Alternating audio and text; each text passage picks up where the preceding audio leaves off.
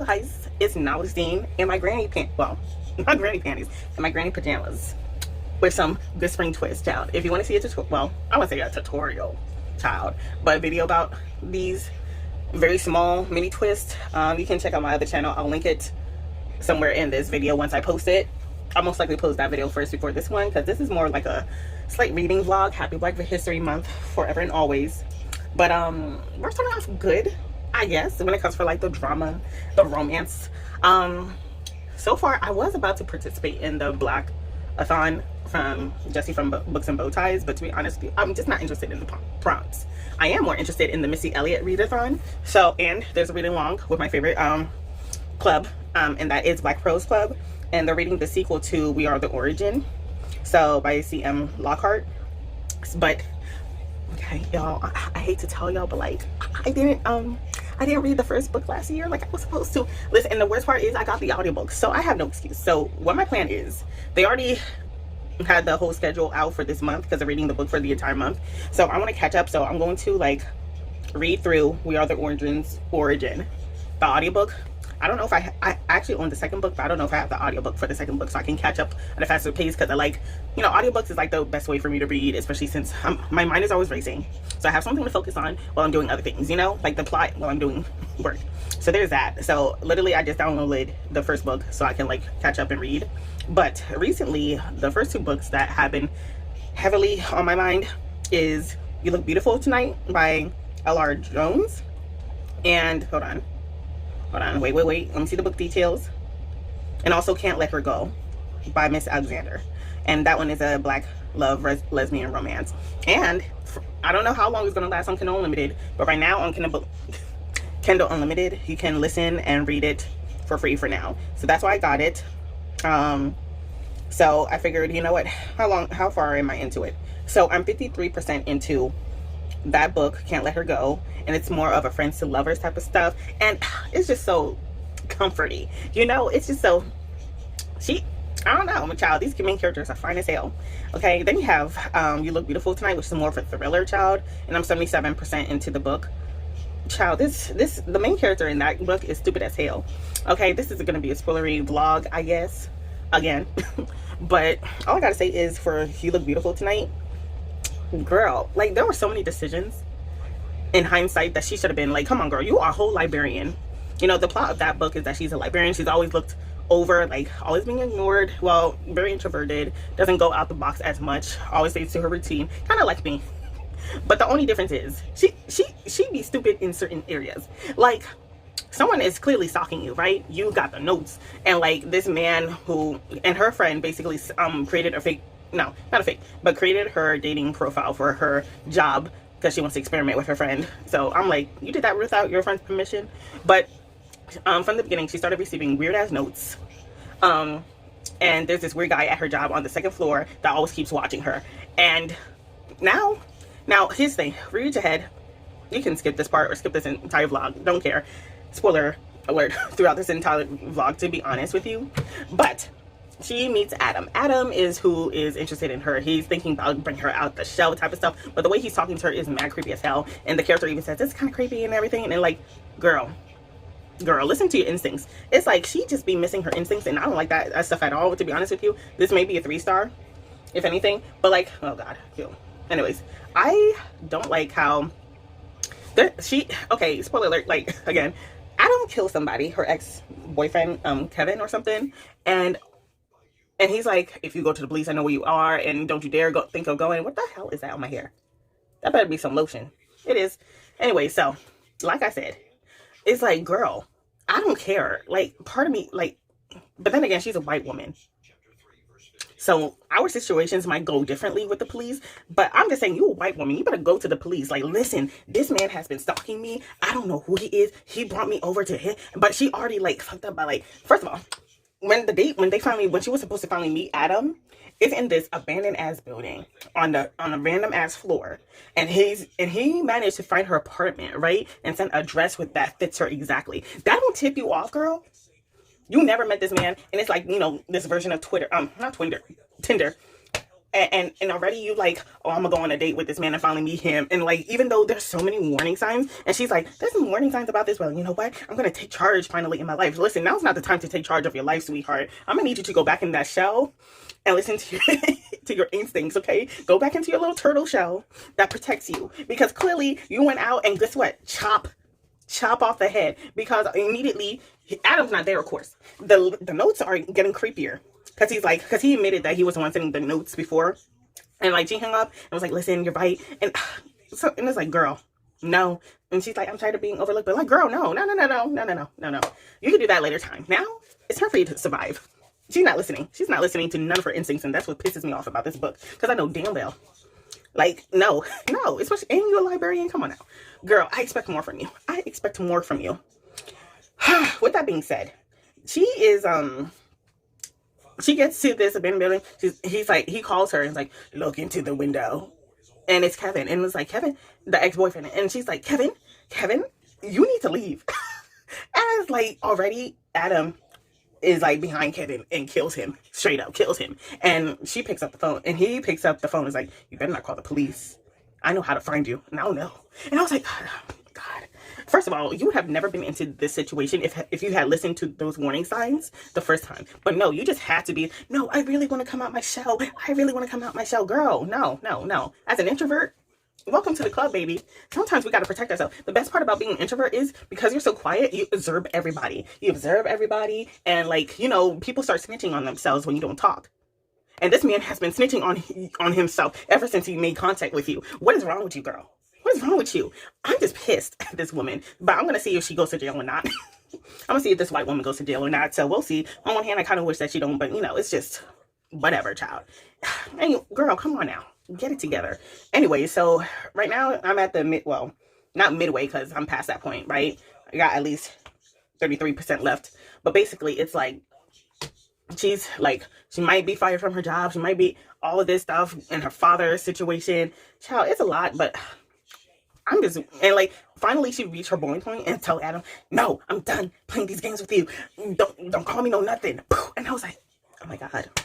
Well, it's about time, but now is the chance to go to police. But like an idiot, she goes back to the scene of the crime. She don't go to Kevin's apartment. She just goes into the building that she was apart. And then she notices that everything's empty. And of course, all of a sudden, Adam calls. It's like, so like, I'm almost positive, because if he can find, her apartment, because he did say that, like, because she asked, how did you find my apartment? Like, your address is on the internet.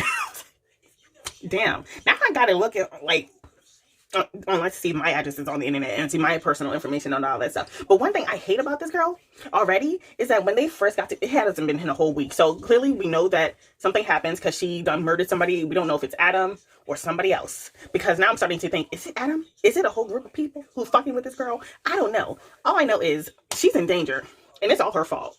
I don't care. I was like, no victim blaming. I know how, very sensitive we can be in this community, but I'm gonna say how it is. There were warning signs upon warning signs upon warning signs. Girl, no, it's your fault. I kind of hope she goes to jail, but I kind of don't. But at the same time, it's like, if I was in this situation, I'm going straight to jail. I don't care if he was blackmailing me or not. I was like, well, technically you didn't report the crime. How come after, they're going to throw me straight to jail? So no, I don't feel bad for this woman. I'm just here for the mess at this point. Anyways, she finally, I guess, stands up to Adam, but now she's talking back to Adam. I was like, you should have blocked his ass a while ago, but child, it is what it is. Her life is falling apart right now. She might not have a job because the snake in her job is like trying to, go over her head and everything, but like, she's like kind of feeling down upon herself, like, I should have stayed in my little turtle, like, in my shell and be the invisible girl again, because being noticed had all this bad shit happen to me. And I was like, no honey, I'm pretty sure it's Adam and his weird ass. Anyways, there's something weird going on with Jack, her friend at work, and also just Jess, but at the same time, I don't know. There's just, I don't feel right about none of these folks. I have a feeling that she might have accidentally killed the neighbor downstairs, Ben, because she's getting annoyed by Ben, because Ben always plays this loud ass music, whatever, always cleaning allegedly. Child, I wouldn't be surprised, but I don't know. Already, I have no hope for this girl. But I do have hope for this couple and can't let her go. Who is this? It is, hold on. The couple is, hold on, Peaches Monroe and Jamie Hunt. So you have Jamie, right? She, and this fits one of the, actually probably fits several prompts for the Missy Elliott. But you have Peaches, she owns a barbershop. And then you have Jamie, she's actually a nail tech, but she's thinking about going back to school into chemistry, so that way she still wants to be in the beauty industry, but more focused on making healthier nail products that doesn't bring as much damage to the nails while still being creative. So she's thinking about going back to school, and she's the youngest. Is she the youngest or is she the oldest? I don't know. I just know that her brother is a lawyer, and the parents think the world of the brother, you know, having the son situation, being the son child. But basically, the brother is bisexual, but the parents don't know that. They know that she's a lesbian, but you know, they don't really approve as much of her. And it's like, she got to get it out the mud, and it's like they don't include her in things and all that other stuff. And her mama gets on my nerves. She's like, well, you should just do it for me. I'm your mother. First of all, just because I'm a nail tech, you know, because you know, when you like run a business and stuff, technically she works for somebody else, because she actually was planning on doing her own shop. However, one of her co-workers, who she thought was her best friend, she stole her whole idea and opened a shop next door, literally across the street from the shop that they used to work at, and has all of her ideas in there. I was like, bitch, no. And so now that once she stepped into the STEM part, but still within like the beauty industry, you know, she has a really dope group of friends that are down with her, like her other friend Claudette. I don't know, they're married. They had an anniversary dinner or something, and they invited their close friends. That's how they know each other. Jamie and Peaches, that's how they know each other, because of their connection to their friend. But like their friend, she's into STEM, and she's like, listen, in the industry that I'm working in, it's mostly white women, and they will say the most weird, unhinged, racist shit to you that's, you know, undermining you and all this other stuff. And like they will try to, you know, covert racism type of shit, and sometimes you would have to grit your teeth, especially if you're the only one there. So she gave her solid advice, gave her like some of her old textbooks. Like, listen, a lot of these times, like, I know textbooks are mad expensive. Here's my old shit. It's basically the same material that they be like. She really, like, this whole found family thing, I'm just loving it. Then you have this non-binary character. What's her name? I forgot her name. I'm so sorry. I mean, I forgot their name. I'm sorry. But like, they are best friends with Jamie. Are they roommates? I think they're roommates. Either way, they're best friends. And they actually work in Peaches, you know, barbershop. And they're going on a road trip because Jamie wants to, you know, check out the colleges around her before that. So you got that stuff, and also you have, she finally, you know, took us, and you know, she's tall, she's a stallion. Jamie is a stallion. And I love the part where she said, I hope that she's not one of those studs who get insecure about a femme's height. Cause you know, like, especially like sometimes they be weird about it, but like she's like, that's cool. I hope that's cool. I like climbing trees. I was like, child, Jane. I was like, the chemistry is just, and like they're so open. You know, technically they're kind of moving a little fast because already, you know, they wanna.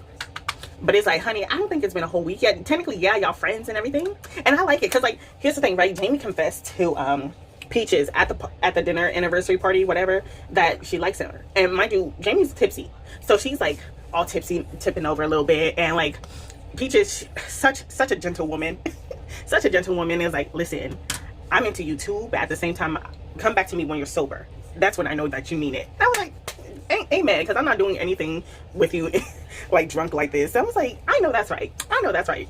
Be a gentle woman. And then, you know, as they're on their road trip, they're in the hotel together, and you know, Jamie, she wants to get it on. She's real pressing on it, and like, you know, Peaches, she's a bit uncomfortable because of what happened in her last relationship, and how she was in a relationship with this woman for like her first love, I guess, and she was so in love with this woman. Did she leave her for a man? I don't know. I forgot if the other woman left her for a man. All I know is that when Peaches confessed to like Jamie, like, listen, like, I don't like how you kind of approach me, like you're just saying like it's only sex, but like I don't want to do that, because in my last relationship all she wanted from me was just sex. Like the way that you approach me made it appear as if all you wanted from me is sex instead of a whole relationship, which is what I actually want. So there's communication, child. I should have read this sooner. Anyways, so it actually came out last year, and we are going to see and we're gonna just see where it goes. Already, I'm just liking Edge Child. Is there another books? Ooh, wait, hold up. She got a whole nother book called Can't Resist Her, which is also another lesbian romance. That's also on Kindle Unlimited. And it's also free to listen. Girl, let me read through. And I think that one came in first because I remember seeing that in my library first before her other books. So I'm gonna have to follow this author. She has a whole lot of other books. It looks like she also wrote for Harley Quinn Desire, Plus Size. I don't know, child. I'm seeing quite a lot of stuff from here. I see she got some straight romances from the looks on the books cover. Yep, she in her bag. Ooh, okay. After Hours Redemption. What? After Hours Agenda. Okay. After Hours Attraction. I'm sorry, I'm just looking through her stuff and I'm like, I wanna look through her stuff to be honest. Like, so I'm gonna leave her details down below because I'm interested. Okay. I'm interested. Okay. But that's basically it for my updates. I haven't decided yet what other books I want to read as soon as I'm done with. Obviously, I'm going to go straight to the sequel for We Are the Origin once I'm finished with that. I'm hoping to finish that within, like, I don't know. Maybe I can finish these 3 books within, like, can I do it within 3 days? I mean, they're all audiobooks. At the same time, I feel like We Are the Origin, I need to annotate that the most. So, I might, maybe 5 days. Maybe 5. I'm going to give myself 5 days. In the meantime, I got a lot of books that I need to that I should have returned yesterday, but I was tired. Because, you know, doing this here, it took me 12 hours, went to bed, then I had to wake up mad early just to drop my dad off at the Chinese bus station. It's a lot. That's it. See you next time with another update. Hopefully soon. And hopefully not in the bathroom or something. But right now, I'm probably going to listen to an audiobook while I do my pedicure. I'm thinking about doing a Russian manicure on my feet. Let's see how that goes. And I don't know, like, I have this one nail design that I wanted to do on my nails, but like right now it's short, so I want to do it, wait until it's like a little bit longer, and then proceed to, like, you know, go in with something else. If not, if I fuck up my feet, then guess what? It's winter time. I'm not wearing no damn sandals unless it's inside the house. Hey, you guys. We're back with an update. Today is February 8th for this, I don't know, reading vlog, I guess. And I must say, let's see. Let's actually take a look. When it comes to the books, I am 74% into Can't Let Her Go so far. Now, I'm not saying that Peaches is getting on my nerves a little bit, but, you know, I'm just liking that Peaches is looking out for herself and her feelings. And I can say that because, yeah, like, now, at this point in time, ain't no fade to black. Let me tell you that much. Ain't no fade to black. Strap is ready. Okay. Like, there is no fade to black. It is nice and detailed, I will say. So they already had sex, first at the hotel and then at Peach's place, right? So, the day afterwards, she had who was it? Jamie had like 10 minutes to get to work. She's doing all this and she gotta go. So, like, you know, everything was fine, cool, dandy. But then, you know, Peach is like, you know what? She started feeling down a little bit, but she's working out. And already she's like, why am I feeling kind of upset that, Jamie left? And then she's like, oh, it's because of the ex situation. Because, like, how the ex-girlfriend, the one who said that I only liked you for sex, she said that, she felt like, you know, she would just sometimes wouldn't even be there, or, you know, just be up and out. Now, mind you, she actually called Jamie at work and was like, you know what, I hope you got some time and let you know my feelings, you know. And I'm glad that she's taking initiatives. But I was feeling annoyed, just like how Jamie was feeling annoyed. Like, wow, like the comparison between me and your ex, like, honey, like, we're not the same people. Now she's kind of feeling kind of upset because, you know, like, you just compared me to my ex, and I just keep telling you that I'm not like, you know, the ex-girlfriend, Desiree, whatever the hell her name is. Anyway, there's that. But also, what else? I feel like Peach is the type to, like, you know, wine and dine, like, wants to treat you, like, because, you know, she was trying to make breakfast for Jamie, but, you know, when she woke her up, it was like, wait, what time is it? I was like, oh shit, I gotta get to work. So there's that. But also, there's like 5 people in this friend group. So you got Jamie, of course you got Peaches, and then you got Aniko, Taylor, who's the non-binary friend, and who is the other girl? Claudia. Claudia is like, I would say Claudia was the last person to know about them getting together, right? And I guess Claudia just joined the friend group like last year, according to where I'm at now, because she's at the job, is like, listen, you got like an appointment, and it's Claudia, because like they were trying to give her a heads up, like, who was it, Taylor or Anika? No, so Taylor is more friends with, you know, Jesus, Jamie, because, you know, they kind of live close together, or like roommates, right? And then you got Anika, who's more on like Peach's side, you know, of the friendship, but like, you know, they're both friends in the course and everything. And then you got Claudia, right? So Claudia, she felt left out. Like, really, I was the last person in this group to know, and I've been trying, and she felt really hurt by that, because she was like, listen, like,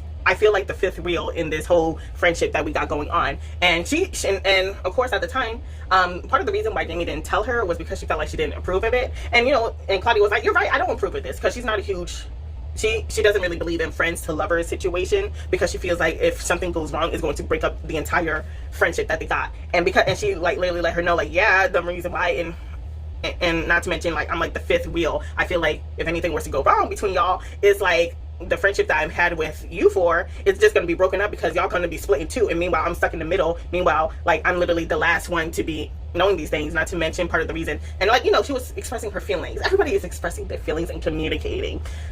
Love that. So, and Claudia is like, listen, remember that last time for Peach's birthday party? Like, yeah, y'all had a good time, but who was the one who planned it? Who was the one who hired all those sexy dancers and everything? That was mad expenses, that's hell. And now everything, it was like, damn, you making, and Jamie's like, you making sense, girl, I'm sorry. So Claudia was the one who gave her all the chemistry books and everything, was giving her like real tips on, like, you know, what's it like being a black woman in STEM. So there's that. So I'm sorry, it's like this one piece of hair, my own hair, that's sticking out, that's bothering me. Anyway, so she made some valid points. So we're gonna continue on with the scene, because literally that's where we left off. I didn't really make it that far, well, technically from 54 to like 70%, 74%. So it's like, to me, not that much. I think I can finish it today, because everything is on double speed for me anyway. So but let's hope that Peaches get over her insecurities over her ex. Now she's kind of losing focus, because she's focused on Jamie too much. Like, girl, you about to open up your second business. I'm gonna need you to get it together, okay? Now her customer service skills is on point, because when she almost nicked she almost nicked that person's ear, but like it went towards her hair and like kind of messed up the fade. So she's like, listen, it's on the house, let me fix it and make it like an artistry. So it's like, oh, I can't wait. And he loved it and everything. So I love it. Good customer service in a black in that black barbershop, perfect. And she's like, listen, you gotta focus. But then one thing, because not Jamie, Jesus, Peaches, she is the oldest, and of course her brother is really relying on her for like ever since like he got a divorce, and he got like 3 kids, so he's a single father and everything, which, you know, single parents, they do need some help. But like, honey, you got to understand that your family also got life of their own. And her father gets on my nerves sometimes. It's like, you almost a man anyways. What that's supposed to be, because she's a stud. Shut up, okay? Like, he was like, he just don't care, child. And then on top of that, like, when because the brother, because, you know, everybody is opening each other's business. See, that's part of the things that I don't like, you know, maybe because I'm very, now granted, like, it is what it is. Like, they're gonna talk to each other, they're friends with each other, so of course they're gonna spill some details. Like, they were being explicit about the details and stuff, right, to their friends. Me personally, I don't like that for my personal life, but hey, that's their friend group, so it is what it is. But then of course somehow the information gets back to the brother that the friend was out of town, and that Peaches was out of town with a girl. And I was like, and mind you, she's working out, like, listen, like, I know you're not just calling me just to bug me about, like, my personal life and everything, right? I was like, no, I just need to double check, but hey, don't go out of town too much. I'm getting wrapped up in work so far, so I'm gonna need help with girls. Like, see, that's why I don't like him. Now granted, he is a single father who works so hard, who loves his kids and never stops. But like, come on now, like, she's the auntie, not their parent.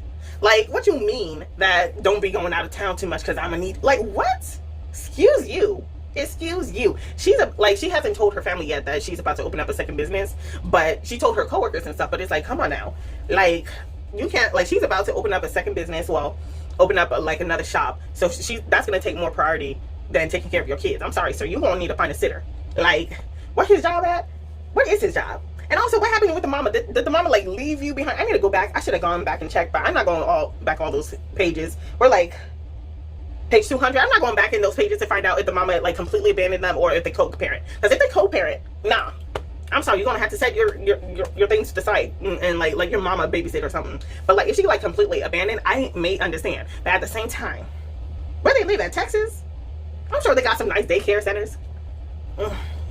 I hope so, because ever since that whole thing that happened in New York with that whole fentanyl, oh my god, that whole fentanyl situation in that daycare, and how like they were trying to, and how she was trying to hide things, like, oh, I don't know who stuff that was. I was like, bitch, please, that poor baby is rest in peace to that little baby child. That father was so devastated. But like I said, you better do some background check. I'm sure there's some places, because she cannot be the only one that you can't be relying on. What about your damn daddy, your grandpa? Oh, you don't like him that much? Because I don't like him either. Like, I don't know. Like, come on now. Like, ugh. And I don't think that, and of course I don't think he will ever go to his grandparent, to his father for any help, because his grandfather is like the type who's very stereotypical when it comes for gender roles and stuff. So especially like when he was making slight comments to her, and it's like, oh, it's a woman's place to do this, it's a woman's place to do that, but yeah, you damn near call your daughter a man just because she's a stud, just because she's the oldest daughter. She's still supposed to do all these things. Like, which is it, sir? Which is it? Anyways, I can't stand the daddy. Anyways, so, and then like I found out that the at first I thought that the I must have not been paying that much attention, but like I didn't know that the Jamie's brother is married. I was underneath the impression that he was single and bisexual. I didn't know he was married with a kid. So it makes me wonder, does the wife know that he's bisexual? If so, then she does a good job keeping the secret from the parents, because even she is annoyed by, because even the wife is annoyed by her mother-in-law, aka Jamie's parents. So I was like, solidarity. But I was like, wait. Unless she has multiple ones. Child, I don't know. I'm getting people mixed up. It don't matter. All I'm saying is I'm enjoying it. I see it as a 4-star. Not a complete 5-star, because there's just certain things that just a little tad bit annoying. But it could be a 4 or a 4.5, to be honest. Anyways, while I'm listening to the rest, I'm going to do my swatches for Beetles. I feel like Beetles is like, Beetles, who else? It's Beetles and Modules. Modules and Beetles, they're gel polish. I like it when it comes for an American gel polish company that's easily accessible to the north side of America, to the north side of this world. Because like, and also when it comes for the color concept, they're like, you know, I wouldn't say collabs. Like, I do like some of Modules collabs. Does Beetles do collabs? I don't think Beetles be doing collabs like that. They do like, you know, certain themes, and I like their themes for their sets because it just matches perfectly. Like their New Year's Eve set, which I wanted to get, but since I already bought the white and black shades for not the like small bottles like these are, but like the 15 ml bottles, like the bigger ones of the black and white. That New Year's Eve that I wanted to get, it does have the black and white, but it also has like 4 other colors that's like very New Year's Eve sex, like the gold, the silver, then you got the shimmery stuff. It's nice. I like their stuff. But there's this cat eye one that I really wanted to get that they released around this season. But like the only reason why I keep eyeing it is because of the chocolate flavor. Jesus, the chocolate cat eye that they got. So, and the thing is, I got their sheer for Beetles. I got the sheer one. Is it sorceress or something? It's something to do with witchy stuff, right? But it's a sheer set, and I love that set. It's like so good. It's nice. It's a nice jelly that I would expect to see in like a Korean nail polish, despite me not ever owning a Korean nail polish. But I do want to invest in one, especially that huge set from Zelabue. That's like $1,000-something, child. I ain't got that money. That's like a dream. That's like a good dream away. But for the meantime, I'm gonna stick with my cheap Amazon stuff. This is like the Nude Paradise 20-piece set. All of this is like sheer jellies, but like kind of pinkish, because a girl can never have enough pink. I feel like if you're like a, ooh, you got some shimmers. What the hell was that? Oh, it came with some glitter. What? You got some shimmers, some glitters. Oh, and it also came with like a top coat and stuff. Ooh, I like this. Came with a matte top coat, which I actually bought the full size of this, so it's nice. I thought it only came with like, you know, these, but it also came with the top gel. What is this? A base gel, which is also their foundation gel. So yeah, and it also came with like 2 blurs or like gemstone things that came up. So while I'm listening, I got my swatch palette to swatch on, and we are going to continue. I like how it came in like its own little case. It's nice and hefty too. Okay, I want to try their not their Gel X, well, kind of like their Gel X system, but I already have a lamp and everything, so if anything, I just want to try the nails. But like, it's like I really like my Apri set, you know, because like the thing is I go for certain sizes already for my preset. I'm running out of certain sizes, so it's like the best thing is about a pre is that you can just rebuy certain sizes that you use, and since I only use them on myself, any sizes that I run out I could just buy like multiples of the same size because it's only for me and me only. Yay. So what else am I planning on doing today? I haven't started Wrath of No, We Are Dying Gods yet, obviously, because I haven't finished the first one yet. So I haven't started it. But speaking of non-bookish things, since we're doing updates, so if you're into makeup, right, there is this company called Unearthly Cosmetics, and I've actually got 2 palettes. I got 2 of their Halloween palettes and several of their lip products. I love their lip products, and I'm so ashamed to say it, ever since they first came out with the Halloween palette, I got the Beetlejuice one. I meant to say the Craft palette. Oh my goodness. I got the Queen of the Damned one with the Aaliyah. That palette looks so beautiful. It's a neutral glam-like palette, like half matte, half shimmers and multi-chromes. Perfect. But like I hadn't tried it yet. And like an idiot, I decided to go for their Charmer set. Hold on.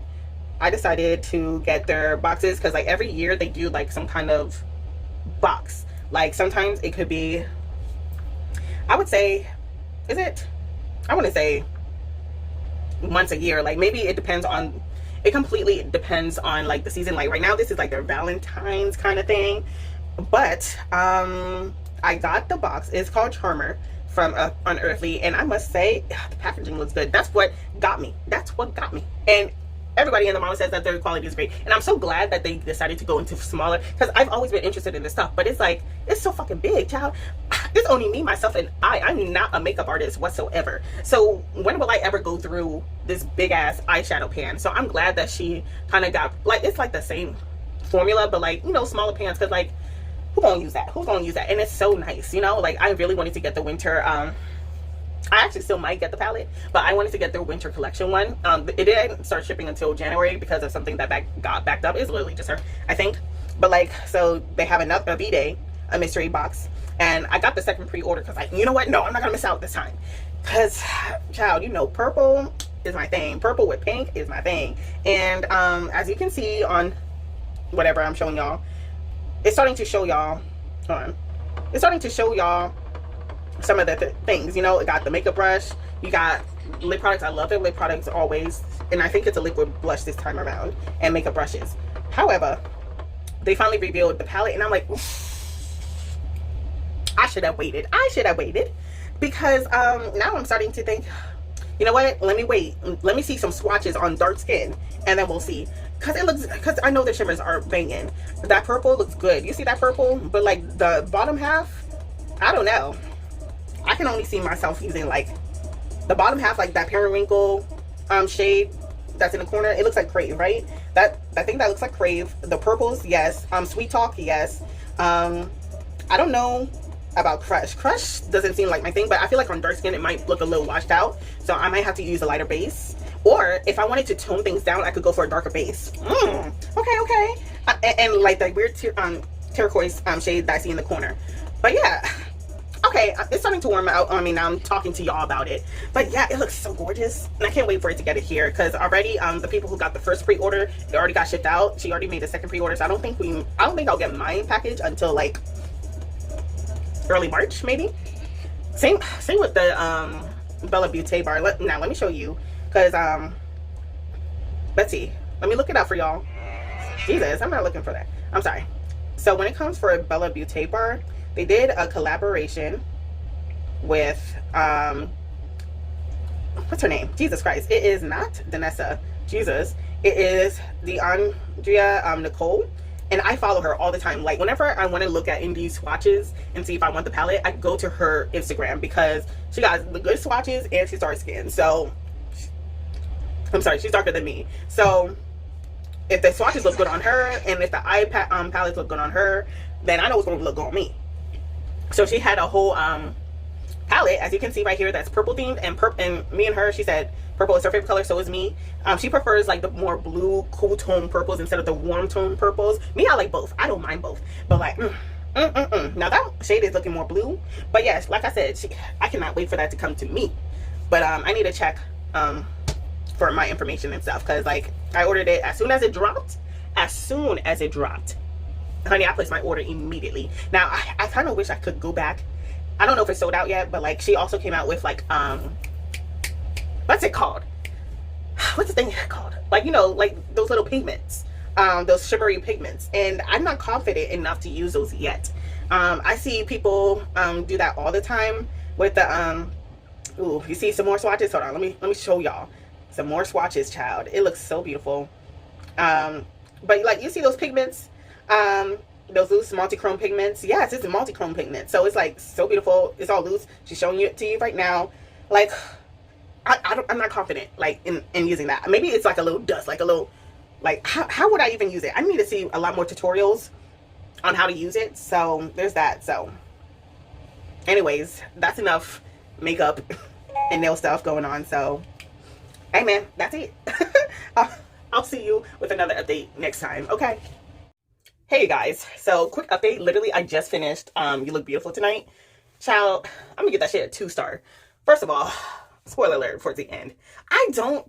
It's giving me the ick towards the end when we found out who the person is. I always figured that, you know what, this is clearly more than one person, and it has to be someone very, very close to her or has good hacking skills. And of course, I was right. It was someone really close to her.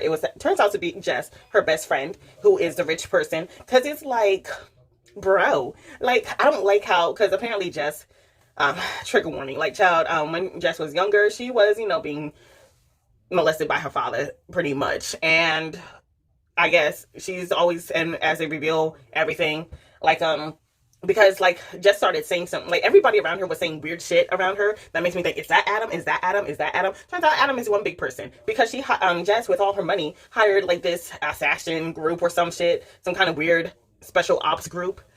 And turns out it's the same special ops group that she used to kill her parents, which we didn't find out until like the FBI agent told her. Because like her friend Matt from high school, I guess, he's now an FBI agent, and she was trying to leave notes like, listen, this is what happened to me, and the notes disappeared. But like she was like, oh my god, I gotta keep trying to make contact. But like there's 2 events, right? There's the wedding for Jack, and then there's the award ceremony for Jess. She kept following her instincts, like something's gonna happen to Jack, let me go check in on him. So she leaves the ceremony, and lo and behold, Jess is there.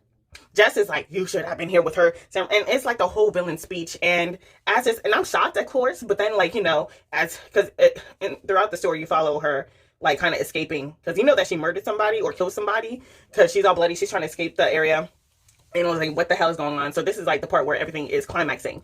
Child, the whole reveal is just gives me the ick, because the whole mental issue thing, like how Jess was visiting her therapist, and a few years ago she stopped, and you know, here comes Mia is like, you know what, that's how could this be? And it's like, but you haven't been living, because they were roommates, of course, but like you haven't been living with her in a few years now, so of course so like Jess was really obsessed with Mia. Like Mia was literally all the people that she had left, and she always had a distrust of men and everything else and all this extra stuff, so she would like give them certain things and stuff. So it's like, and I should have known something was weird, because here's the thing, yes, friends do stuff together, right? However, I don't think I would feel mad uncomfortable if my friend, even if it's for work, created an entire profile on a dating app without my permission. I was like, and then spring it on me. Like, no, like, what if you like, because let's be honest, yes, you're best of friends, but don't, and I understand friends like tell each other almost everything, right? But what if you were like hiding from an ex that you hadn't, you know, told your best friend about because you're embarrassed or something, and then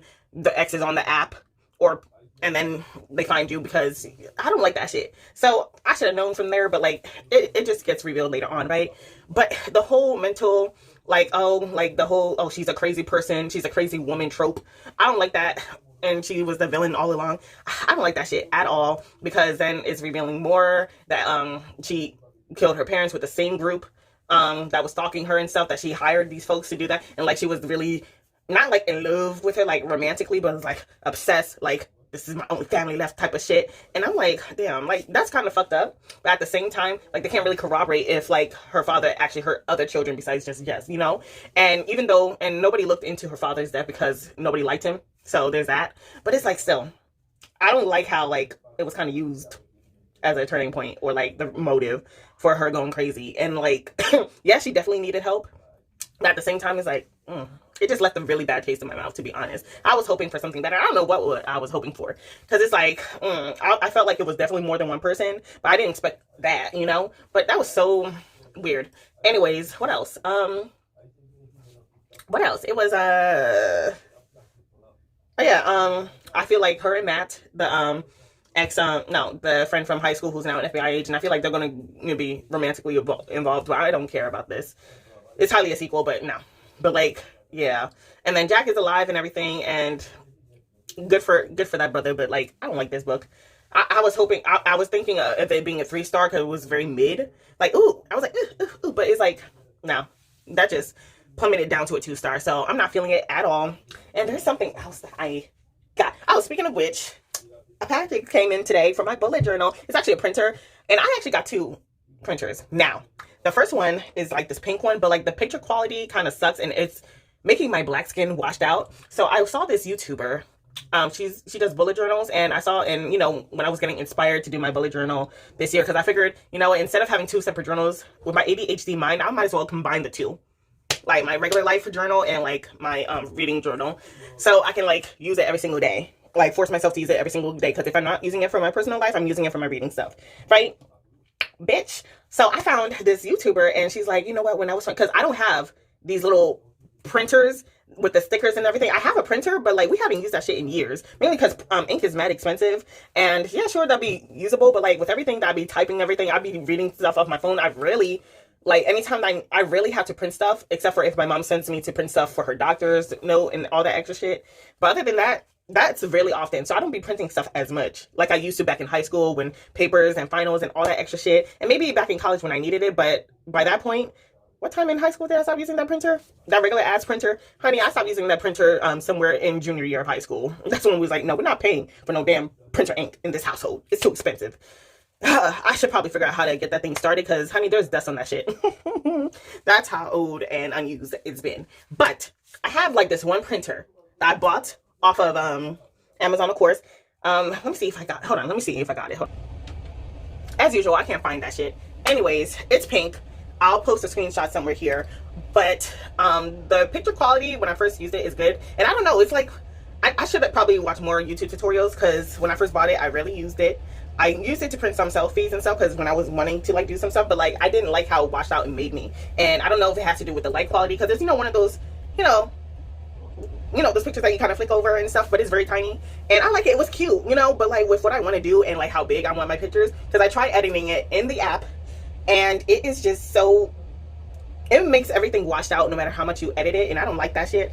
So I was watching this one black woman's tutorial, images for how she prints out the pictures for her books, you know, for like, you know, for the bullet journal and stuff. And she said, you know what, when I was doing my research, I figured, let me go for a brand that doesn't make black people washed out, because she reads a lot of, you know, black books. And it was like, and the most reliable brand that I know from back in the day is Kodak. So I got the same printer, same color, I think, because they only have 3 colors, this white and black.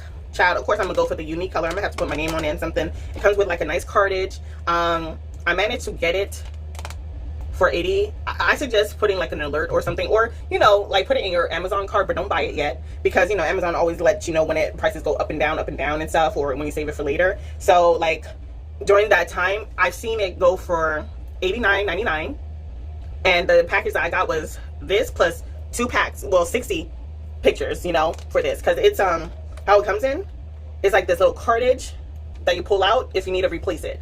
So that's how the pictures are. Meanwhile, the other one, I actually got the rest of the photos and stuff, but I'm gonna need to look at YouTube tutorials on how to make me not look washed out on the other one, because I don't like how I'd be looking in those photos. Like, why do I look white as hell? I know I'm light skinned, but damn, like, mind you, I'm printing out stuff from the summer, so you know I'm darker than that. So I'm like, and like even when I turn up brightness, it just looks so off. So now I need to do some more research on that printer, and because I got backups for, like, you know, the film and everything, because unlike the other one where you replace the cartridge, that one you just open it up in a way, and then you put the one pack of the pictures in.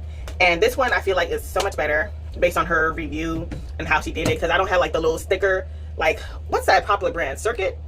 I think it's called Circuit. I don't know, I don't got that shit. I just want tiny shit for, even though it's at a nice house, like, honey, it's just me and 3 people and all that shit together, and our hoarding problems, of guess, that I inherited from my parents. So I can't wait to try it. I already have a few things in mind that I wanted to do for January, like when I watched The Color Purple and the Book of Clarence and stuff like that. Yeah, so like, and also maybe put some stuff from last year. But I already printed that stuff out from the library, but that's besides the point. I cannot wait to use this today. I already charged it up while I was gone, and it's so cute. But yeah, that is it. 2 stars for that fucking book. I'm sorry, I'm so disappointed. Damn, and I was hoping to like at least give it a decent, like, because you know 3 stars is decent, but this is just trash. I'm sorry. And I'm gonna be cooking something, and I wasn't gonna make it vegan, but well, not vegan, but like vegetarian. But like, honey, I like meat, so I got some ground turkey instead of beef for that option. But I'm gonna use mostly mushrooms for that because I love me some good mushrooms. What else? Oh yeah, the next book. Okay, the next book that I'm going to read, I actually got a few Kindle Unlimited options. I ain't read not a single library books I have left. I should start with the Jordan Peele one, right? The new one that came out, because I'm sure it took a long time for me to get here. So let me start like reading at least, I'm gonna try to read at least 1 story or 2 from that anthology, and then continue on, because like it's part of the group books for what is it, the Missy Elliott readathon, since I'm more interested in that readathon. Still ain't started We the Dying Gods yet. Well, for the series yet, even though I have the audiobook, so I have no excuse. But like, this is woman, like, she does shifter romance, but it's all black romance, and I've been eyeing her for a long time, and I wanted her to, I wanted to like try that author this year, and I think it's time for me to start, honey, because like she got like, and I wonder if she has like a story, not a storyline, I meant like a reading order, if I should go by publication date. But like, it's For Your Protection by Deandra, no, I know her last name is Anderson or something, I know that much. But like, she got panther ones, she got lions, she got, I think she got wolves and stuff. There's this one poly MFM one that you can buy for like $3.99, and I think that's the one is more new, and I think that one's a panther shifter, and I think it has to do with alphas and stuff. Child, it's been a long, child, I'm not gonna lie, I haven't read anything that has to do with the Omegaverse that has been published.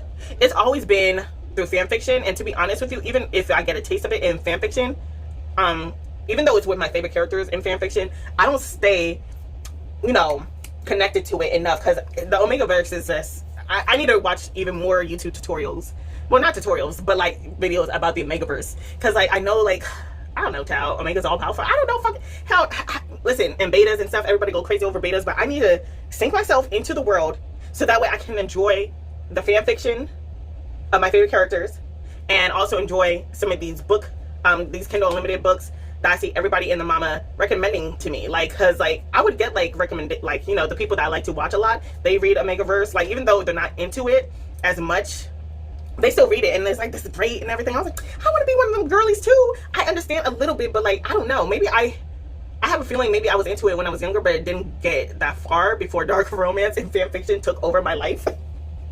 That's a story for another time. But like, there's this one Omegaverse fan fiction that's like a series and stuff that I be reading on AO3, and I'm like, oh my goodness, like, I was at first I thought it was like a dark romance, like, oh, it's Omegaverse. Child, I need to you know, educate myself a little bit more. I need to make like a, I don't know, like some kind of map some kind of map for me to like understand it fully, so I can like maybe be one of those Omegaverse girlies, because I got quite a few books on my Goodreads that I know is Omegaverse, and I was like, I want to read it so bad, but I don't know, girl. It's time for me to go back to Wattpad. No, absolutely not. No, I'm tired. Anyways, let me go cook and figure out how to use this printer now. Goodbye for now. Sorry, I just take a look at myself in the mirror. I'm like, bruh, why why was this a choice? It's just that I didn't want to go out in my bonnet, so I was like, fuck it. It's a Takachi hat, but this is so fucking small on my head, child. Anyways, I just wanted to give y'all a reading update. I didn't read it last night. I should have never lied to y'all. I'm sorry if the sun's in the way. I should have never lied to y'all, because instead, okay, I'll get into that later. For now, I just got into, unfortunately, the third app breakup. I was hoping that they wouldn't get into a breakup situation, but they did. And yes, I'm talking about Can't Let Her Go. Sorry. I'm talking about the Can't Let Her Go book. And all I gotta say is both of them had valid points. And I got some things wrong. So Jamie is actually the middle child. She's the only girl, and she's the middle child. So I feel like despite them, you know, I feel like they both have some similarities for that, with both of them being discarded. And since she's like the only one who's out in the family, because the oldest child, who is a lawyer, he is he just got a little boyfriend going on. They only went on 2 dates, but you know how it is, child. But like, they were about to, he was like, I think I want to go out, come out to mom and dad. And you know, she's giving her some solid advice as being the only one who came out to the family, and two, like trying to talk him out of it, because mind you, the parents just came back from one of those Christian couples field trips or some shit. So you know they won't be all Christianed up to 1,000 after they just talked about marriages and how it is to be married biblically, in a sense, right? So that would have been that is not the perfect time to be telling your parents that, right? However, and then so the other kid, the youngest child, he's the one who's married and has kids. So like I said, I mixed those two characters up. I don't know why. But with that being said, this breakout. Now here's the thing, right? The kids came over. Peach's nieces came over because there was an emergency at her brother's job. So he just came out in the middle of nowhere, in the middle of them about to get down and stuff, because you know they were watching movies and chilling, and you know the kids are out there sleeping. And well, except for one, the oldest daughter isn't sleeping, so she's on her e-reader. Oh, look at little Olivia on her e-reader and stuff. Look at the kids reading. Anyways, so while you know, the kids are tucked in, Olivia is obviously still awake. You know, she's not fully asleep yet. And you know, Jamie's trying to put the moves on Peaches, and Peaches a little turned out like, what are you doing? Like, the kids are like, did you not hear me say that Olivia is still up? Like, she could change her mind and walk down at any moment, right? Child, and she has a valid point. And you know, Jamie's like, what's the problem? Like, I came because I want to get to, like, you know, get some more smooches and stuff, and to be a little closer. And yeah, I know this is last minute, but it's like, you know, it's almost as if you're dismissing me and everything else. But it's like, girl, just every time that you come over, it gotta be sex. I know how lesbians be moving fast and shit. I understand that shit, but come on now. Like, Jamie was like, no, not Jamie. Peaches was like, listen, let's go to the porch, because I know how loud you can get. And she's like, excuse me, it's immediately getting loud. I'm like, come on, Jamie, come on now. But they both kind of made valid points in their arguments, where Peaches was like, listen, like, after I just expressed to you, trying to be the adult here, trying to move past my own trauma and try to explain to you what's going on about my feelings and stuff, and about you, it's almost as if like you disregard me. And not to mention during game night, you made things kind of awkward and shit. And it's like, and then you got on Jamie's side, like, listen, what did you expect me to do? You call me in the middle of work when I'm busy as hell, and I'm already stressed out enough as it is at work, because you know, as Capricorns, we don't play about our jobs, okay? She's a Capricorn. He's a Capricorn like me. And like, how many days? I think she's January 7th, literally a few days after me. Anyways, she's like, listen, as Capricorns, we don't play about our jobs unless it's an emergency. Don't be calling me during my break. None of that shit. I'm gonna be honest with you. I'm one of those people. Don't call me for no reason at work unless it's an absolute emergency. Otherwise, I'm not going to talk to you. I'm going to be reading my book, listening to my audiobook, none of that stuff. I even hate it because, like, I'm a manager, right? I even hate it when they come to me during my break, because, like, it's like, hey, because, like, there's other managers on the floor. I know you didn't come to me, but it is what it is. I got to do what I got to do. I know that so many people like, no, my break's my break, but like, when you're in a restaurant that small, it is what the fuck it is. Anyways, so I understand Jamie on that standpoint. Like, listen, I'm working. You call me in the middle about that to talk about your feelings. We can be so tough, like, about that shit. Like, especially when it's a work setting. Like, no, we don't like mixing the two. Then, God, and it does come off. And at first, I was kind of on Peaches about, you know, constantly comparing her to the ex. But I'm not gonna lie, I understand, because Jamie, anytime that you come over, it don't gotta be about sex. Okay, like, this is, I think, her second time over. I don't know. Yeah, I think it's her second time over. Not everything gotta be about sex. Like, you could, like, I know it's the beginning of the relationship, at least go on dates. Like, that little road trip was cool and all, but come on, like, there's more dates they could do besides just all of that. And not to mention the kids are there. Like, I don't want to fuck when no kids are around. No. Especially if I know one's awake. They could come down at any moment. I'm sorry. I don't trust kids like that. I do not trust kids like that. And you yelling in the back porch, yeah, they definitely listen to everything. I'm pretty sure the next morning, the nosy ass kids are gonna be like, Auntie Peaches, what happened? What happened to your little friend who gave you a smooch? Like, I know how these kids be like, all up in your business. I bet you they were pretending to be sleeping upstairs while they listened in. You know what? Okay, let me try to go behind this truck instead. Maybe. I don't know. Y'all can. Let me use my big ass head instead. Maybe that will work. But yeah, like, so I understand both perspectives, to be honest with you. So I'm not even angry about that. So did they have to break up? Child, I don't know. No, I don't think so. I don't think they needed to break up, but it happened. It happened. So what I was actually doing last night, besides, just painting the gel polish and everything else, testing out the products for and it's a real tiny bottle. It's a 7 ml bottle for when you're getting those type of pieces, especially those 20 pieces. I wish the bottles were actually bigger. Like they gave me. It came with, the gel polish, the base, and the matte coat. I wish it was those sizes, because when I tell you, these colors are so pretty, and I wonder if they sell them individually. If so, I'll be so happy if they sell them individually, because like there's actually many colors that I would actually like for a bigger size. But it's like, you know what, girl, you don't got that much space, bitch. Stick with the 7 ml bottle. Okay, if you run out, you run out. And then if you're done with the whole, like, it's only you doing this shit, and occasionally my mama when she lets me. But girl, you could use those up eventually. But like, I don't know. I feel like with this 2 coat situation, because all of them are sheer. I don't know, man. I feel like I could go through a lot, especially depending on the length and stuff. Anyway, that's not what I hear. So while I was doing that, I finally, child, if you are one of my Black subscribers, now's the time to clock out. Just in case you hadn't seen the interview with Club Shay Shay, aka with Monique. Ever since Cat Williams came up on his show, it has been delicious. I hadn't subscribed yet because I don't know. When I'm looking through his catalog, I'm not interested in none of those people besides Cat Williams, Monique, and maybe one other person. But I'm like, still. So I actually that day they posted it while I was at work, and Lovely T posted her reaction also while I was at work. So literally on the way home, I was watching her reaction to it. And I was like, wait, how long has it been out? And it's been 13 hours. At that time, it was only 13 hours, and it already got 2.5 million views, honey. And I look at the Cat Williams one, it's been a whole month. I think it's in the 50 million views point at this point. So I already know this good. And if you watch the interview, child, at some point my jaw dropped, because she was talking, of course, about Oprah and like Taraji P. Henson, and how Taraji's like, no, Oprah did solid, did this a solid. It was like, and here's the thing, right?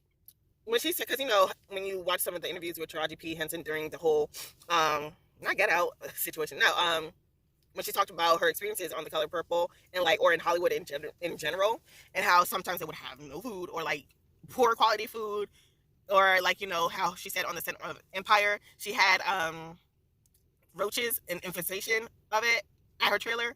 And then Monique was like, remember when, like, she said how Taraji had an infestation in her trailer, honey. Our trailer blew up. I was like, bitch, what? My reaction was like, Shannon Sharp had to lean back. Like me, I was like, shit. What you mean your trailer blew up? And it was for Almost Christmas, right? That movie, I love that movie. It's like, love it. And and basically, she was talking about her experiences on Almost Christmas, and how what's his name, the producer. It's leaving me. He's a really famous producer. He produced many Black movies, actually. But like how he was trying to take direction, and he's not the director, and he was talking over the director at the time, and Monique had to set him straight, like, listen, like, you are the producer. You wouldn't do that if it was a white director and stuff, because then if you are giving direction after the director, you're confusing the people who are taking, the actors. Like we're taking directions from the director, not you. And like, the Black director was like, thank you. Like, and then on top of that, like, the whole in the trailer part where she's in her trailer, her personal trailer, and you got these older women. Who was the other person? They're in her trailer, right? One of the other actors, I think, had her feet off. Had her shoes off. And there's a random woman. I guess she was the assistant to the producer, and she was like, not in a funny way. I was like, why you got your shoes off? And Monique was like, oh no, I'm not going to talk to you. Who's above you? Because you're not going to talk to, like, mind you, all of the women inside Monique's trailer are old enough to be this woman's mother. So Monique was like, we're not talking to you. Who's your boss? And then the producer, I forgot his name. Y'all gonna correct me if you watch this vlog. He was like, I'm the head nigga in charge. I'm like, Monique, like, you're not the head nigga in charge over Donald Glover. You're not the head bitch in charge. Nigga in charge over Gabrielle Union and all the other us and the rest of us. And like, he tried to play it off as a joke. Like, no, you meant that shit. You definitely meant that shit. And before the whole blowing up of the trailer, right? Monique was the one who was talking. She was talking to the people who was fixing out the trailers, like, listen, like, what you're gonna do about, like, hey, do you guys smell the gas? Like, and then the people who was trying to fix up the trailers, like, yeah, we let the head nigga in charge know, and he just walked away. What? And then it blew up. Luckily, nobody died. But I was like, imagine if it was us in that trailer. Like, we would have been gone. Okay?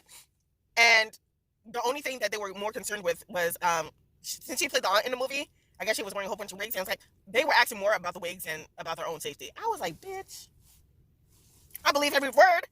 Y'all should have been on Monique's side when she first came out. And you know what? I'm so glad. And if you watch Lovely Tea a lot, like I be doing, you know what? She made perfect sense. Like, it's not that y'all don't like the message. Sometimes you don't like the messenger, so y'all just like disregard them.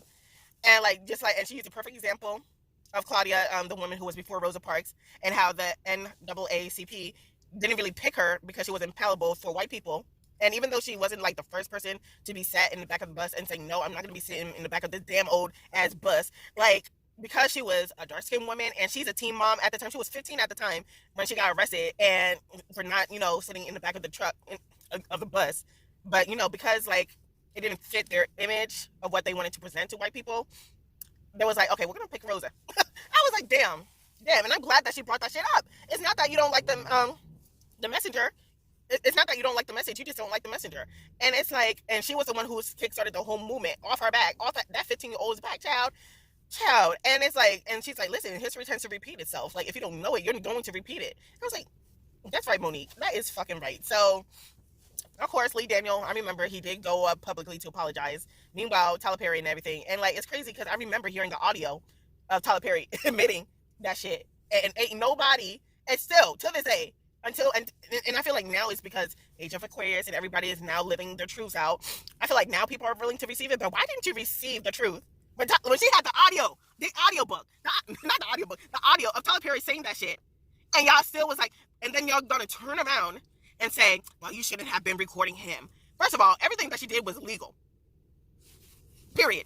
Everything that she did was legal. There was no, especially in the state that she lived in, everything was legal. Okay? So, and yeah, y'all still go against her. Like, honey, it's true. Like, it's because, she's strong. She's standing up for herself. And y'all rather listen to the same message when it's Taraji, who's skinny, more palatable, and she's broken down. Like, y'all don't be listening to, like, sometimes y'all don't even listen to us when we are broken down crying. But on occasion, sometimes you do listen to us when we're broken down, quiet. Now she's humble. Now she's humble now. So we can listen to her now that she's all broken down in tears. But when it was Monique who was standing nice and strong, okay, and standing up for herself, and letting people know what the boundaries is. Because if you know Monique's history, yes, she does have a, I'm sorry, she had, she had been molested. She had been violated by people who she trusted the most, especially in her family. So she's like, honey, if I've been through this through my family, what makes you think I'm going to go through this through a random stranger off the street? I was like, period.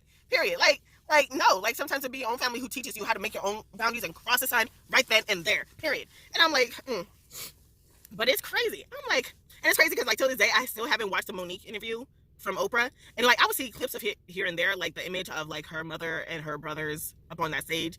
But I don't know. Like, and I didn't see it until after she, that whole beef with Oprah went down.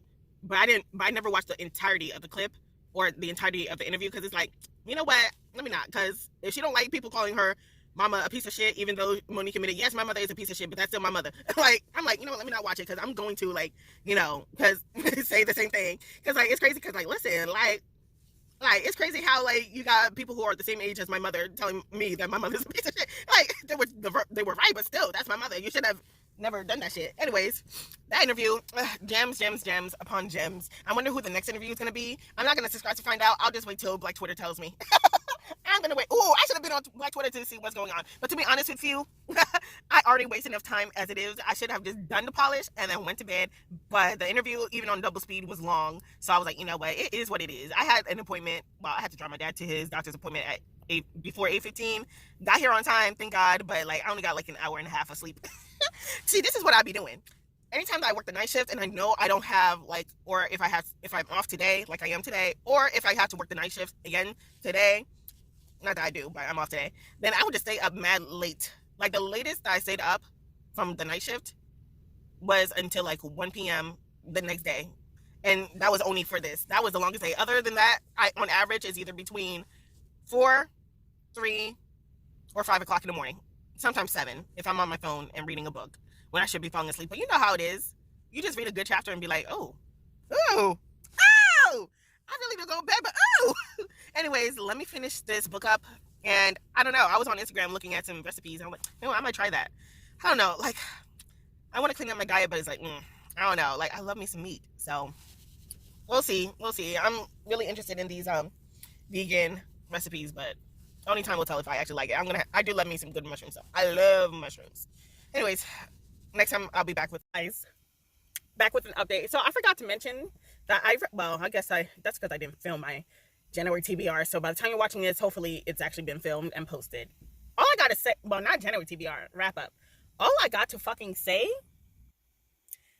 I'm reading episode 13 by Craig. Okay, let me tell you something. There's only one person I care about, and that is Jessica, aka Rashida Jones. I'm not sure that's her last name, but I'm gonna call her Jones. And she had me in the first half. When she left, when that ghost presence showed up and started crackling like a crazy ass demon, my girl Rashida, she ran like she's supposed to. She got the car keys and everything. She out. She told them, listen, I'm out. Fuck this money and everything. But then she turned out, you know what? I can't turn back now. What about my kid? Because, you know, single mom and everything, you know. And her interactions with her sister, like, because this is like a lost media type, mixed media type of shit.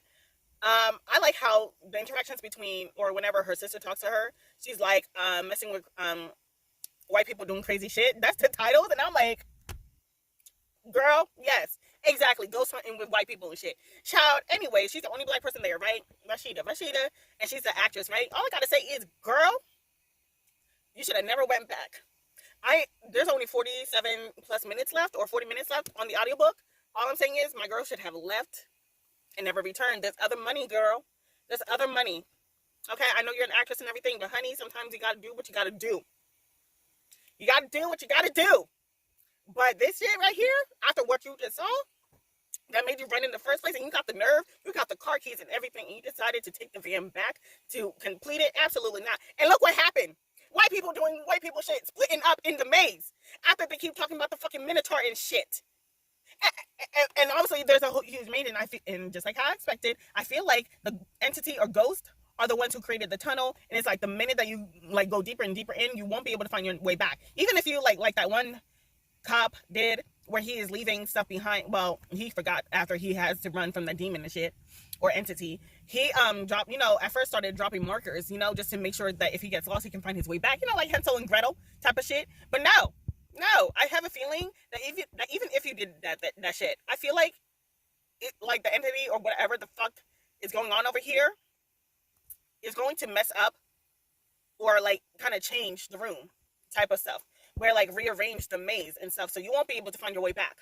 And of course, she's the first one to be left behind, because who's that girl, Clara, the scientist, the one who's married to the paranormal investigator who started the shit in the first place.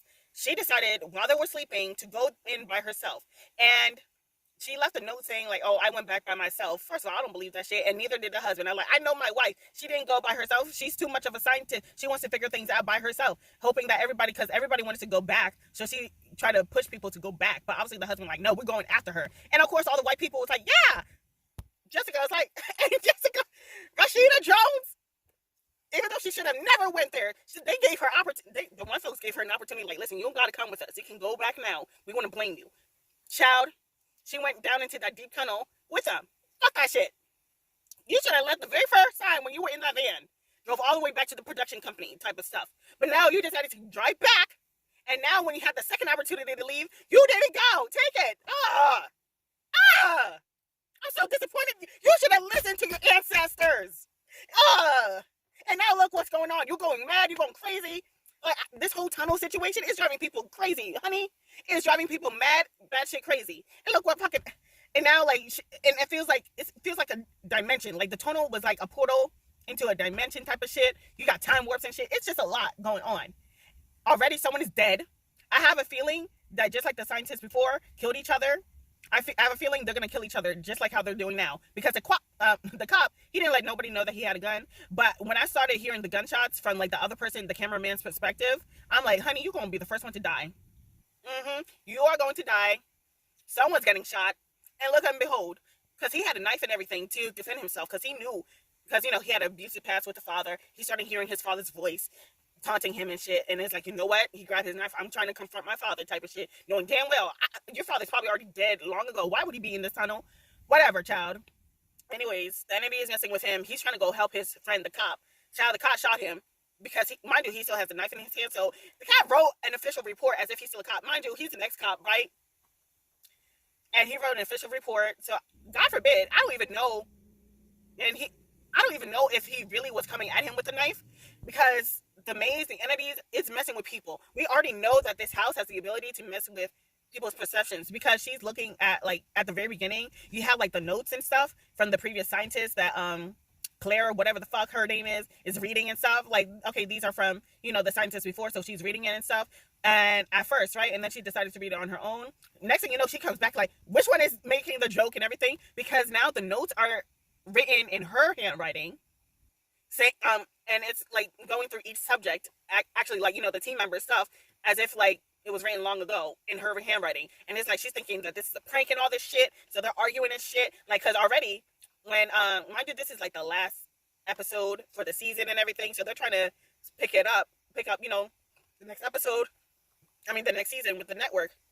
So the cop faked some movements thinking that it's okay, like okay, the entity moved some objects in this room by itself, when really it was a cop who moved, kind of moved it along. Child, so they start arguing and stuff, and some of these spirits, they be feeding on negative energy, and that's when it showed the fuck up.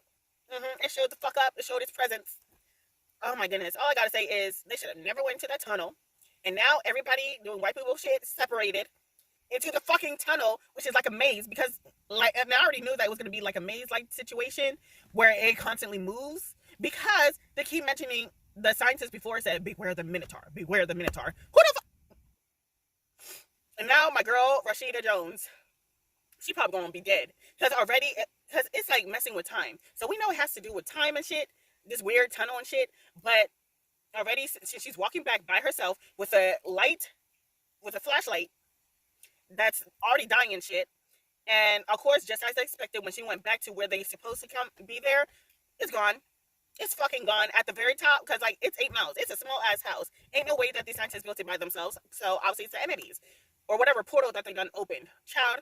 So she's walking by herself. The flashlight's about to die, and it's like you hear her talking to herself in her journal, and it's like she hears the voice of her son that's older now, and it's like she's having an interaction with this entity or a voice, like, I never meant to abandon you. I always wanted to I just know that I tried to make it back to you type of shit. And it's like, girl, you did. You should have prayed to your ancestors. Like, first of all, you should have followed your instincts when your ancestor told you to grab them keys and abandon the white peoples in that haunted ass house. Now look at you. Like, ain't no third chance. I'm so disappointed during Black History Month. I'm really hoping that she lives, but something tells me she ain't gonna live. That just like how the entity was like a grown adult now and is able to live, like got over her mother, his mother being gone and everything. Child. And the other dude, his name is not Zach, but I'm gonna call him Zach because of Ghost Adventures and shit, since this is like a ghost show and everything. This man stumbled across one of the scientists who died many years ago in the 70s or some shit, child. And at first he thought it was his wife, but no, the wife is still alive, Claire, whatever the fuck. So now they're trying to find the way back, and now we switch over to the cop. I don't know how many rounds he got left in that gun. I don't know nothing about guns. If he was able to conceal it from everybody else, it must be a handgun. But at the same time, he shot a lot of times at whatever demon was chasing him before he accidentally killed the cameraman. So, how many bullets that he got left? How many bullets this cop got left?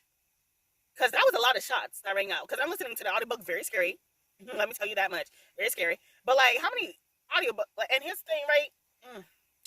On the camera footage, I have a feeling that if they do survive, or whoever, few people survive, I don't think the network obviously ain't gonna pick it up, because the majority of the cast is gone, dead, missing, whatever. And not to mention the house was supposed to be demolished in a few days, but like they went to investigate beforehand. Anyways, as I'm saying, I have a feeling, based on the scary movies that I'll be watching and shit, I wouldn't be surprised if all the footage, all the evidence that they caught up, the entities decided to mess with it, where they can't even found footage. Now, granted, they sent it back. They sent the stuff back to production because they're trying to get a few more days. And the production, the producer, saw the stuff and was like, "Oh, this is real." So clearly, some of the footage made it back to them, right? Like, "Oh, this is great.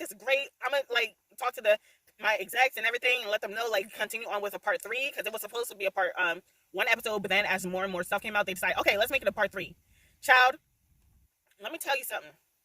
I have a feeling that whatever footage is going to be found, whatever evidence is going to be found, is going to be fucked up. Well, except for the stuff that they physically write, but like the technology and stuff, I feel like that's going to be messed up. To ain't no footage going to be left, because already like, it's like an antidote from like people beforehand or whoever's watching the footage. Because Claire, she sees a whole bunch of formulas on the wall, her, like, in person, right? But on the camera lens, it's not picking up. It's just a whole bunch of scribble. So I don't know. I have a feeling that whatever evidence that they physically see themselves is not going to be picked up on camera, or it's going to be like any voices that they hear. I have a feeling it's going to be morphed. Like they hear it, they obviously hear it, but like, and we, the people who's listening on the audiobook, hear it. But like, you know, there's going to be like a footnote saying like we don't hear shit. We just hear like static. So all that work, all that death, going insane, that's all y'all. That's on y'all. And not to mention the one who started the whole show to begin with.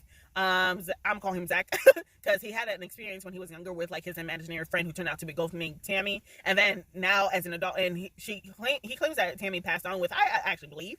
But now that they're in the tunnel, he hears Tammy's voice again, and like, let me lead you to Claire, and like, let me lead you out, and like, out to where? Out to heaven? Out to hell? Because that's what it sounds like to me, Tammy. I don't trust whatever it is, child. But honey, I have a feeling this is gonna be 4-star. Calling it now. It took me too long to just listen to this audiobook. I should have been done with it, because especially since it's found footage and it's mixed media, it definitely would have read a lot quicker. But my goodness, this is a hot mess. This is a hot mess. I pray that the black person lives, but something tells me it's not. At least she didn't die first. There's that. Okay, I'm out. Hey guys, I'm back with an update. I just finished an audiobook probably a few minutes ago before I went into farmer's market. Actually, while I was in farmer's market. Bitch, 4 stars, of course. But of course, Kevin the cop, now that I remember, Kevin the cop and the paranormal investigator who started the whole thing, his name is Matt, not Zach. But Kevin is so fucking unhinged. He killed Jack. Jack is the cameraman, right? He got the nerve to do the whole, you know, proving everything right about cops. Like, even when they said it in passing, you know, like, and it wasn't that they meant it. It was like in passing, you know. And it was like, no, it's not. We're not talking about you, Kevin. But child, Kevin, shady ass bitch. Sorry, Kevin. Oh Lord, child. He is so unhinged. I'm glad that he got ripped apart by that demon that was chasing him. So he finally managed to meet up with Claire and Matt, because they found each other and everything. And Claire's over here talking about, we need to open up the gates. Open up the gates to what? Hell? Have you fucking lost your mind, bitch? Anyways, being the crazy mad scientist that she is, trying to find answers and shit, curiosity kill the cat ass bitch. I do not like Claire, okay? Let's just say they found each other and Kevin found them, and they just now found out that, okay, where's Jack? You know, Jack, he's like, some bad habit of Jack.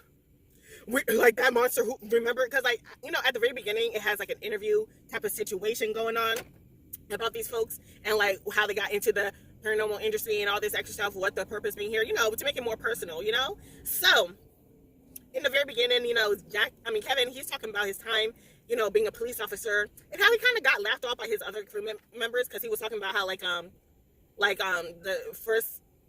first encounter with the paranormal, and how he thinks that the woman who killed the husband was demonic and was possessed by it, and of course it's Philly. he was a Philly cop. I'm just saying. And basically he brought, because like he was basically saying how like not now, but like, you know, when we're going through these people's journals and shit, basically how, you know, with the amount of phone calls and, you know, 911 calls that they get about the paranormal, like, listen, something is happening here. Can you please, like, just check it out before I go inside the house type of shit? And then they check it out, which I actually wouldn't mind. Like, I seen, like, based on, like, the paranormal shows that I'd be watching, you know, how they interview, like, different people, and, like, once in the blue moon, they might, have, like, an EMT person, or, like, you know, a police officer, all that other stuff. So, I wouldn't actually mind having a show, just like how, what's that one show with the celebrities and how they go to each celebrity as they talk about their paranormal experience? I forgot the name of the show, but I wish they kind of had something like that, but with police officers, or, you know, official personnel, you know, like EMT stuff like that. So that way, you know, like I arrived at the scene and I ain't never seen that shit before in my life type of shit. That scared the fuck out of me type of shit. I wouldn't mind seeing a show like that. Anyways, he went up to his sergeant and he was like, you know what, with the amount of calls that we be in, and I want to be like, we should like start a whole team of police officers, you know, just to investigate. And of course he got laughed at. I would probably laugh at him too if I didn't believe in the paranormal type of stuff. Like, you want to waste $6 on this shit? Please do that on your own personal time, you know? Do that on your own personal time. But I ain't got time for that shit. Anyways, basically, he's talking about the demon that was chasing him in the hallways and mirrors and shit. That's the demon from Philadelphia. Shout. And he lied, saying that the demon killed Jack. But you know what? I think that's a metaphor. I think that's a metaphor for his personal demons and the way that he be acting. Because, like, he's playing it on the demon. But, honey, I think the demon is you, Kevin. I think the demon is you, Kevin. With that being said, though, it finally caught up to him. Because, like, not that long. Because, like, mind you, he's like, okay. Like, so you finally find Claire. And he brought out the fucking gun, child. And they didn't know, unlike Jack, they didn't know that he had a weapon. Child, they was like, where you find that? When did you bring a gun? And all the other stuff. So they're trying to, like, he wants, Claire, of course, the crazy bitch, wants to go into the gate and open that shit. And meanwhile, Kevin, the crazy asshole, he's over here like, no, we need to go back. And then Claire was like, and like, they're trying to be reasonable with him, but then he changed his mind. Like, you know what? No. They heard a voice, and it's Jack's voice. Obviously, we know Jack is dead. So it's Jack's voice, and it's crying out for help. Help! Why did you shoot me? Like, and after he just told them, like, oh, the demon killed Jack, and they're looking at him like, you killed him? And Claire's like, you crazy bitch. I was like, exactly, you crazy ass bitch. Both of y'all, technically all of y'all, are some crazy ass bitches. Anyways, he's like, you know what, on second thought, he changed his mind real quick. He's like, you know what, yeah, let's go to the gate, let's open the gate. And because Claire still wants to find out the root and all this shit, like a mad scientist ass, crazy ass bitch that she is, only for Kevin to be like, no, I'm gonna destroy it with salt and holy water. First of all, do you even have holy water on your arsenal? Because, like, I'm gonna need you to drink that holy water to get rid of whatever demonic force that followed you from Philadelphia and shit.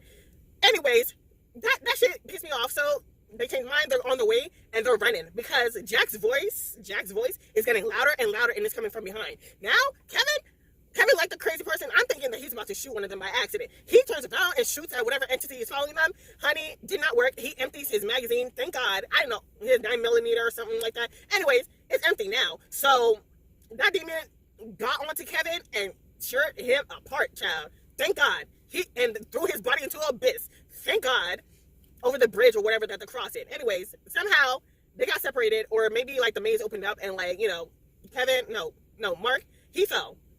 I'm thinking this man is dead and we gotta follow Claire. Basically he fell and shit, and Claire, she continues, she opens the portal and shit, and I don't know, it's more like sci-fi at this point, where it's like breaking up into atoms and shit, and because you're following Claire's mind, and obviously we know she's dead, but she somehow is still writing spiritually, and like you can hear her thoughts and everything. So we know, so now she's a ghost in her own way. And somehow after we find out she's dead, finding the answer that she obviously never got, and basically how, like, the house, it lets you, like, how human intentions, like, because you want it to happen, it happened type of shit. Child, she got what you wanted. Anyways, so she found the answer that she wanted in death. Anyways, we're still following her perspective from the afterlife, and she managed to find where Mark is at. Mark, and she being the stuff, like, she really wanted to, like, you know, because she wasn't feeling the whole paranormal shit. This was, like, literally supposed to be the last thing before she divorced and, like, moved on with her life. But then she was like, you know what, I should have loved Mark the same way that he loved me. And she, you know, Mark is a very, very good person. He does not deserve this. You need to go. And Mark, he's so dedicated. That poor puppy. He is so dedicated. He's like, no, I'm not leaving without you. I'm not leaving without you. Fuck that shit. Like, I can find another wife who will love me as much. I can find me a wife who can love me just as much as I should have been loved. Okay? So, and you know what, Claire, she's thinking the same thing. Not like the whole wife situation. Like, she needs to move on. Like, I don't want you dying here. You know what? Because, like, when he fell, he clearly broke his damn ankle and shit. And anytime that, you know, Claire comes near him, you know, he feels a cold chill. So, you know, so we know she's definitely dead. And you know what, at the very beginning, Jessica was like, you know what, you and your crazy ass problems are all going to get Mark killed and shit, and your own ambition is going to get him killed. And that's what she did. She reached into his heart with her cold dead head, and boom, that's the end of Mark. They went out together, I guess.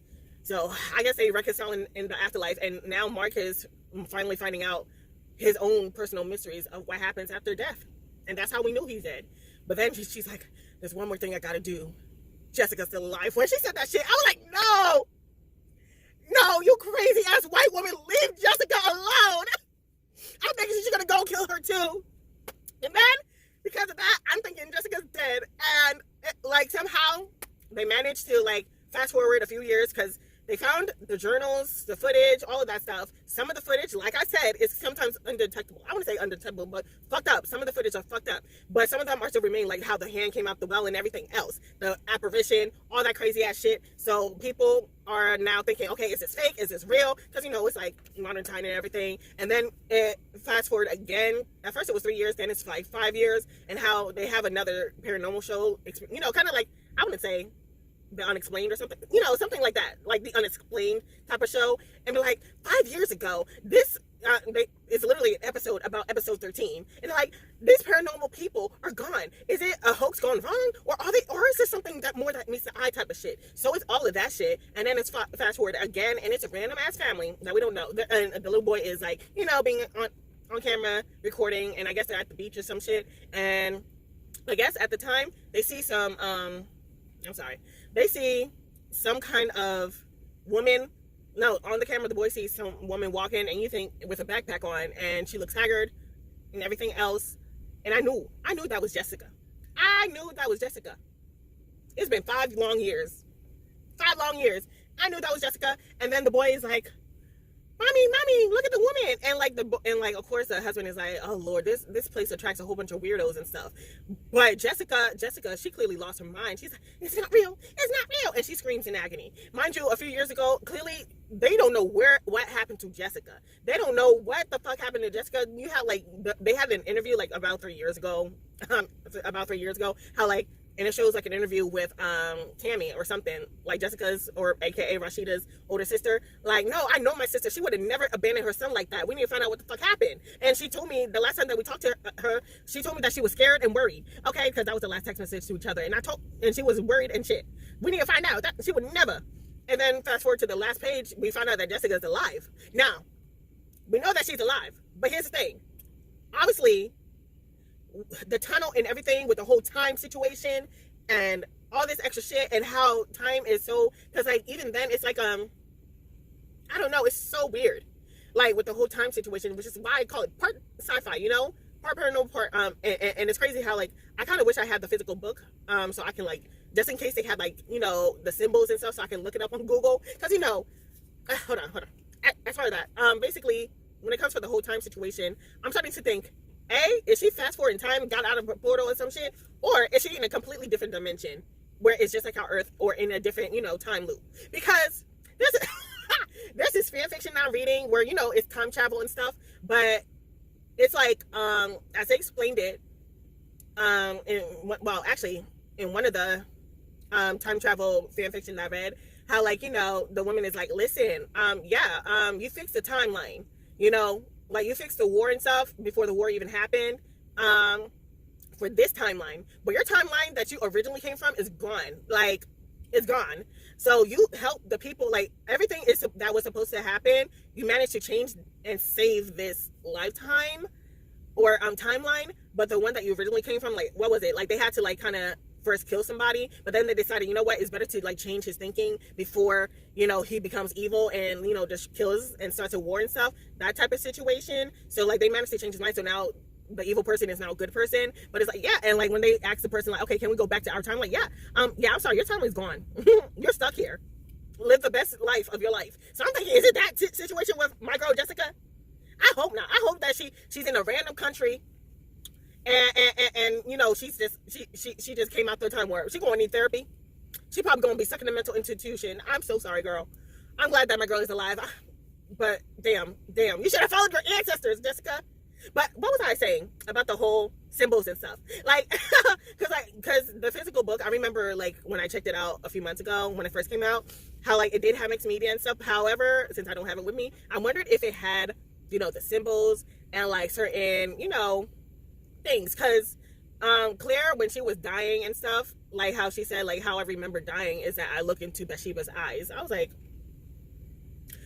And the reason why I wanted to look up if, like, you know, they grabbed some stuff from, like, mythology and stuff into this book, if I ever decided to reread it again and look through the mixed footage and lost footage and shit, or lost, you know, symbols and shit, is because a lot of times, Hollywood, TV shows, books, they be taking spells, copying spells from, like, real grimoires, if you believe in that, real shit that they have no business sharing with the audience. So it's like, you're sharing shit, dark shit, with your audience. Like that time, what's that new? It's the Sabrina the Teenage Witch remake on Netflix. How, like, the casting director or whoever the hell created the show, yeah, we use real spells from grimoires in the show to make it more real. Bitch, are you out your fucking mind? That'd be like, and I've seen that happen where, like, they use real voodoo symbols and stuff, and like how like and then people say, oh, some weird stuff happened on set. Are you dumb? Are you an idiot? Are you crazy? So I wonder if the author did the same thing. To be honest, that's why I'm really curious about, like, looking at the physical book. I should have done this with a read along, but you know what? It is what it is. But I wonder if they did the same thing, because if that's the case, now more and more often I'm seeing more people doing that stuff, and I'm like, why? You're an author. You can create your own stuff instead of taking from these spell books and stuff that you probably don't even believe. You're maybe interested in that type of stuff, and you like to write about it, and you might like to make shows or movies about it, but then you're going to use the real deal in your stuff to make it more believable. No, honey. This is, like, sure, you're making stuff based on stuff that to me is real, but honey, like, make believe that shit. Make a fake ass symbol or something. You don't have to real the real symbol. You don't have to use the real spells, and then your audience is now being affected by that shit. If you actually believe that shit, you have lost your fucking mind. Lost your fucking mind. But that's the only reason why, like I said, 4 stars. Glad my girl is the only one who survived. Look at that. Look at that. The black person is alive. She's now crazy, but yeah, she's alive and traumatized. Yes, and she probably will go into a mental institution. Yes, but she's still alive. Thank God. And the worst part is, if she ever is found, obviously the network, they ain't gonna pay for shit. I hope Tammy sues the fuck out of them. Tammy, the oldest. I hope Tammy sues the fuck out of them. I hope so. I don't know if she'll get any money, but I hope she gets. If she does. But you know what? It's make believe, right? She gonna win. She gonna win that lawsuit, and she gonna get millions for her sister to take care of her sister when she gets her back and the son. Cause this shit is crazy. Anyways, 4 stars. I don't know what other book I'm gonna read. I was hoping to read until, like, tomorrow, so I can edit this book and write my, wrap up. But it is what it is. With that being said, deuces.